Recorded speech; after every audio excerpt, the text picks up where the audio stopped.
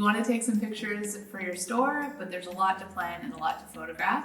So I'm going to show you how to use my pre-production template to super easily plan everything to do with your shoot. By planning it ahead of time, once you get on set, you will have way less frustration to deal with and you won't miss anything. So let's get started. Lesson 6. Pre-production is your friend. Pre-production saves time and makes better images. Activity. Pre-production template. Activity. Craft your shot list and some hazards and hot tips. You can never be too prepared.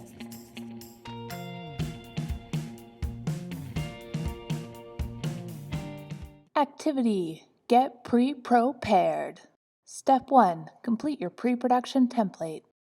You can download a blank and filled-in template in the class description. I recommend doing this for every shoot, but let's start with the shot on white. Grab your inspiration images and let's break down what you need to recreate them. The nice part is you've already done a lot of this work, but it helps to have everything laid out for easy reference. You'll need a white background and a surface to shoot on. You'll also need a light source, so if you're using natural light, plan to shoot when the light is going to be best. You'll need your best product, clean and in good repair. Trust me, this will save time in post-production. At the beginning of each shoot lesson, I'll give you a prompt to do your pre-production so you can do a new template for each shoot.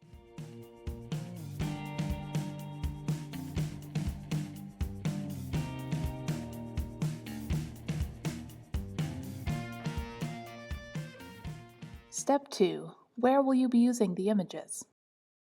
So what is an aspect ratio and why is it so important? Basically, it's just the width relative to the height, or in other words, the shape of the image. It's so important because there's absolutely nothing worse than taking the perfect image but not being able to use it because it doesn't fit where you need it to. Depending on where you'll be using the images, you're going to need different ratios. Think about business cards, ad banners, printed materials, Instagram, and your website. I recommend shooting each image horizontally and vertically just in case. More on that in your shot list. Step 3. Craft your shot list. The most important thing to make sure you get everything you need on the first try is your shot list. While it may be tedious to think of every shot you may need, I guarantee you it's harder to do it on set and you are way more likely to be kicking yourself later. Really think about every shot you could need. It's easier to get it now. Leave space for cropping. Shoot in vertical and horizontal. Trust me, you'll thank yourself. So don't be stifled by your pre-production. It should actually leave you the brain space for experimentation. Once you have everything you need and you've eaten your vegetables, so to speak, you can move on to the dessert and get to play with your images.